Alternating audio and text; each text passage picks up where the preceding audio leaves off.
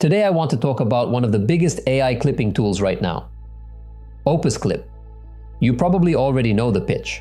Upload a long video, let the AI find the best moments, turn them into short clips, and if you believe the marketing, make the whole process faster, easier, more automated, and even viral. So, I decided to test it properly. Not just one video in ideal conditions, and not by clicking around for 10 minutes and pretending that counted as testing. I tried it on several kinds of material, my own review-style videos, more entertaining filmmaking and photography content, a podcast, and even a stream that friends shared with me for testing. And in this video, I want to talk about what I liked, what clearly doesn't work, what feels misleading in the way this product is positioned, who it might realistically be useful for, and why this whole long-form to short automation idea starts looking much less convincing once you really spend time with it. Because the more I tested it, the more the whole premise itself started coming into question. Some time ago I made a video about Nexus Clips, which lives in the same category. That tool worked pretty badly, it lagged, it felt unfinished, and I personally wouldn't use it. A few people commented saying they appreciated the honesty and that it helped them avoid wasting money on something that clearly wasn't ready. And in those comments, people kept bringing up Opus Clip. And even though it's already a pretty well-known tool and there's a lot of information about it online, I still wanted to test it myself. If you search for Opus Clip on YouTube, there are a lot of reviews. Some are demos, some are comparisons, some are basically promotion, and yes, there are also a few more critical ones. But the overall tone is still mostly positive, or at least neutral. And of course, a lot of those videos include affiliate links. To be fair, affiliate links are a normal part of the creator economy. That by itself isn't the problem. The issue is that they naturally soften the frame of a review. Even if someone is being honest, they're usually less likely to completely tear a product apart if the video is also a funnel into it. And you can see this even with bigger creator channels. Think Media, for example, made a video about Opus Clip a while back, and when a large channel covers a tool like this, it gives the product legitimacy. But it also means the conversation around the tool becomes very polished and safe. That's part of the reason I'm not putting a referral link in this video. I just don't want that extra layer on top of the review. I'd rather say exactly what I think without trying to funnel people into the product. And if you think this review is useful or fair or worth more people seeing, just interact with the video however you want. I also checked Trustpilot and Reddit. Trustpilot looked good at first glance, but there was an interesting pattern. A lot of 5-star reviews, a lot of 1-star reviews, and not much in the middle. That usually tells you something. Reddit looked much more mixed and much more openly critical. So before I even started testing, it already felt like one of those products where things are clearly not as simple as the marketing makes them sound.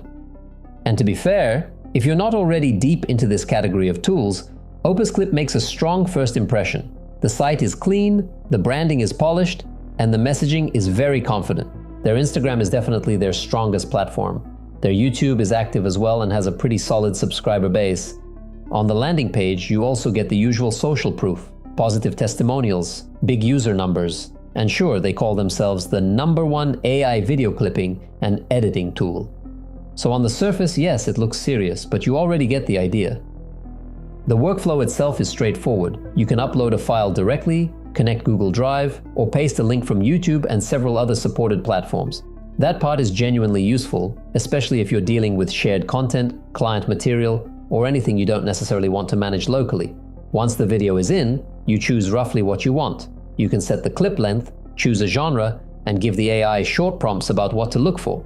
You can also set up a brand template, which controls the caption styling and some of the visual packaging. And that matters because the default captions look cheap. Overstyled, too colorful, too jumpy, and too familiar, the kind of look that's already everywhere.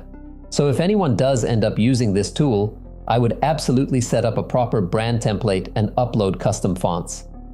Before getting into the actual problems, it's worth quickly explaining how the pricing works because it matters later. There's a free plan, which basically works as a testing layer. And that's nice, because Nexus Clips didn't even have a free trial. Then there's Starter, then Pro, and then a larger business or enterprise option, which I'm not really concerned with here.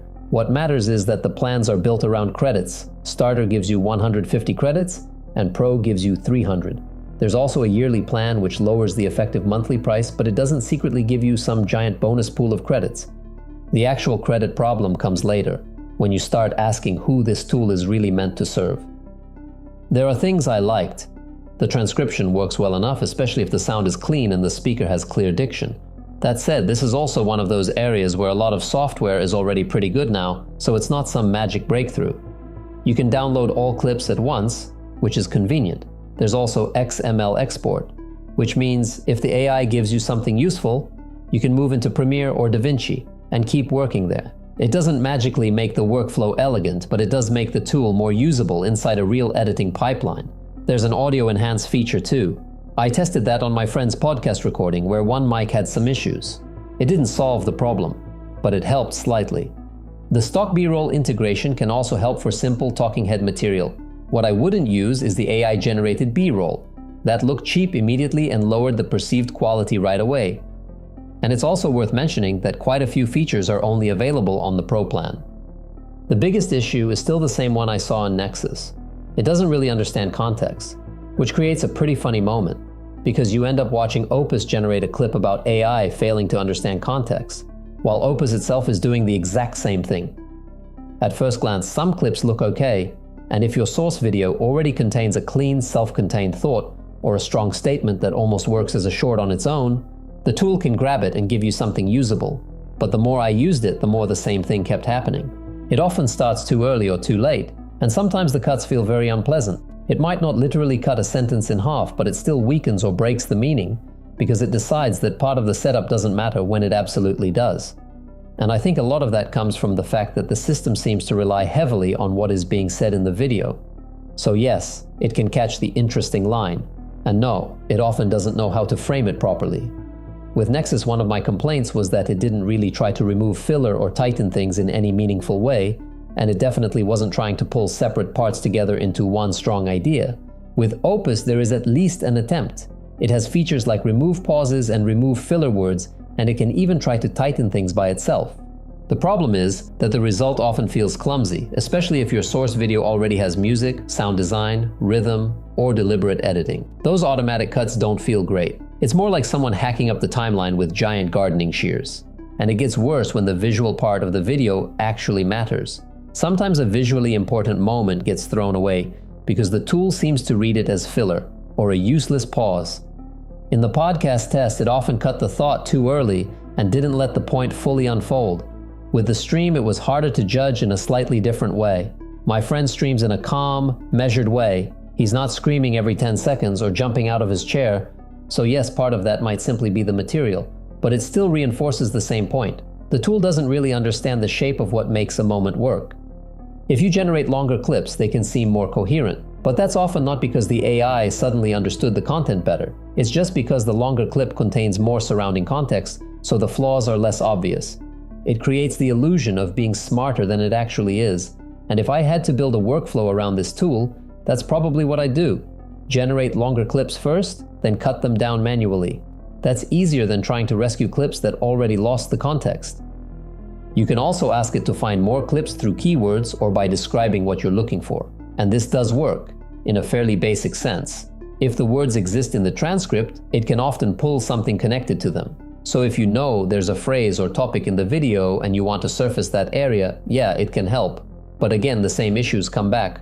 Sometimes it gives you versions of things you already had. Sometimes it gives you partial fragments that still need fixing. And sometimes it gives you complete nonsense or tiny clips where nothing really happens.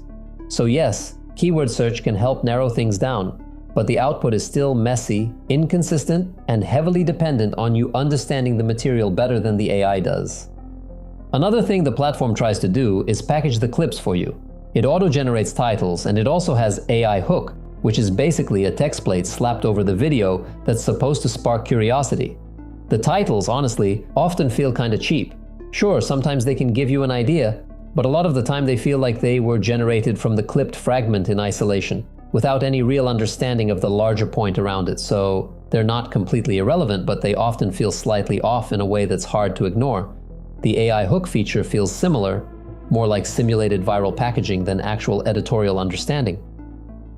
Every clip gets a score, as if the system is telling you how likely it is to perform.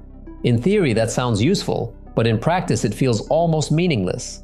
I tested the same video multiple times while trying different workflows, and the same clip ended up with very different scores.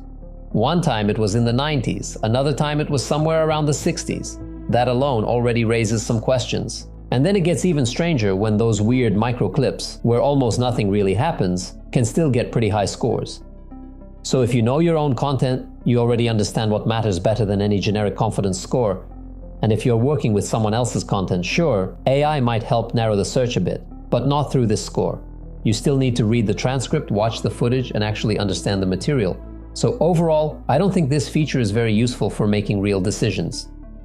Now, the reason you end up going into the editor is pretty simple, partly because there are some features there, layouts, extra media, B-roll, and so on. But more importantly, because the clips the tool gives you usually still need work.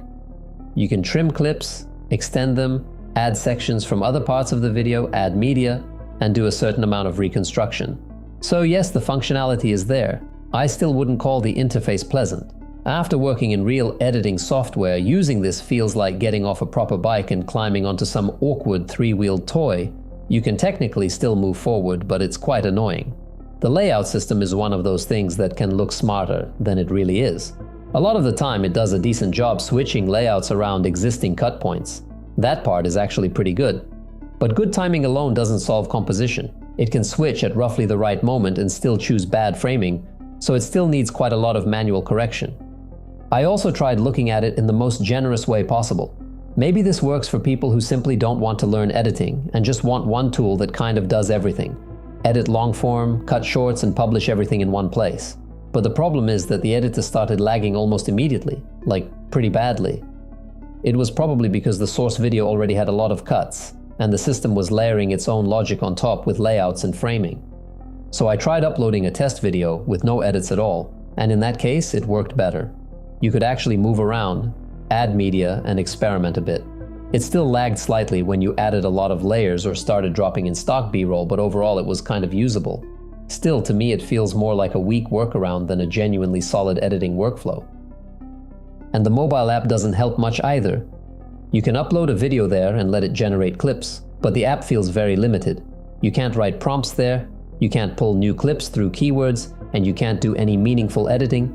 You can basically trim the beginning and the end, maybe change the subtitle styling, and play with a few other slightly ridiculous things like emojis. It's not really a tool, it feels more like another marketing flex.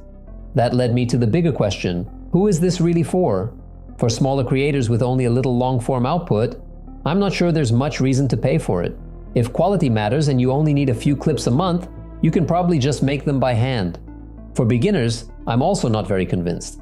What they usually need most is not more automation, but better fundamentals. For talking head experts, maybe there's a use case. If the long videos already contain clear thoughts that can stand on their own, then yes, this kind of tool might help surface material faster, but you'll still need to do some work manually. For editors, agencies, and content teams, maybe it can fit into a broader workflow as a rough first pass. But even there, you can't just hand over raw AI output and pretend it's a finished product. For brands, the conversation changes again, because then it's not just about making clips. It's also about staying visible, staying present, being in the feed, and being part of the wider content flow around the brand. At that point, the tool becomes one possible shortcut inside a much bigger machine. So yes, I can imagine workflows where the tool helps, I just don't think it helps in the magical way the marketing suggests. And this is also where the conversation naturally moves into the credit problem, because once you start asking who might use it, the next question becomes obvious. Can they afford to use it the way they'd actually need to? 1 minute of source video costs 1 credit. That sounds reasonable until you start dealing with actual long-form material. And the math starts breaking as soon as you move into streams, podcasts, interviews, clip channels, or any kind of high-volume workflow. This is where the conversation becomes bigger than Opus Clip itself. Why do you want to make these clips in the first place? Not all short-form content, but the cheap, generic, low-intention kind has become incredibly easy to produce, and that kind of output is everywhere. You're not just competing with other small creators like you anymore. You're stepping into feeds full of highly polished short-form specialists, clippers, content farms, brand teams, agency pipelines, and people producing volume all day. All of that in the era of AI. The image in my head is something like standing in the middle of Times Square and trying to be heard without saying anything distinct. Yes, some people do stand out even in environments like that, but not by becoming just another weak signal in the same stream. which is why I think a small creator trying to compete purely on volume is entering the wrong race. It's like showing up in your grandfather's old Buick and trying to race a Formula One car with a full team behind it. So you need a different strategy, not more noise, but something clearer and more meaningful. A lot of people, especially beginners, are always looking for the silver bullet, the one tool, the one hack, the one trick that solves everything. Sure, AI can help with some things, but it doesn't replace consistency, analysis, improving your process, and getting better over time. So where do I land on Opus Clip? I don't think it's complete trash, and it clearly works in some cases.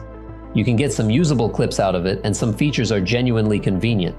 It's also definitely more polished than something like Nexus clips. But I do think the marketing oversells what it actually does. So no, I don't see it as a silver bullet. Maybe it fits into a specific workflow. Maybe some people will make it work for them. But for most creators, especially smaller ones, the more useful takeaway is much simpler. Stop looking for the tool that solves everything. The things that matter most are still the things no tool can fully replace. That's you.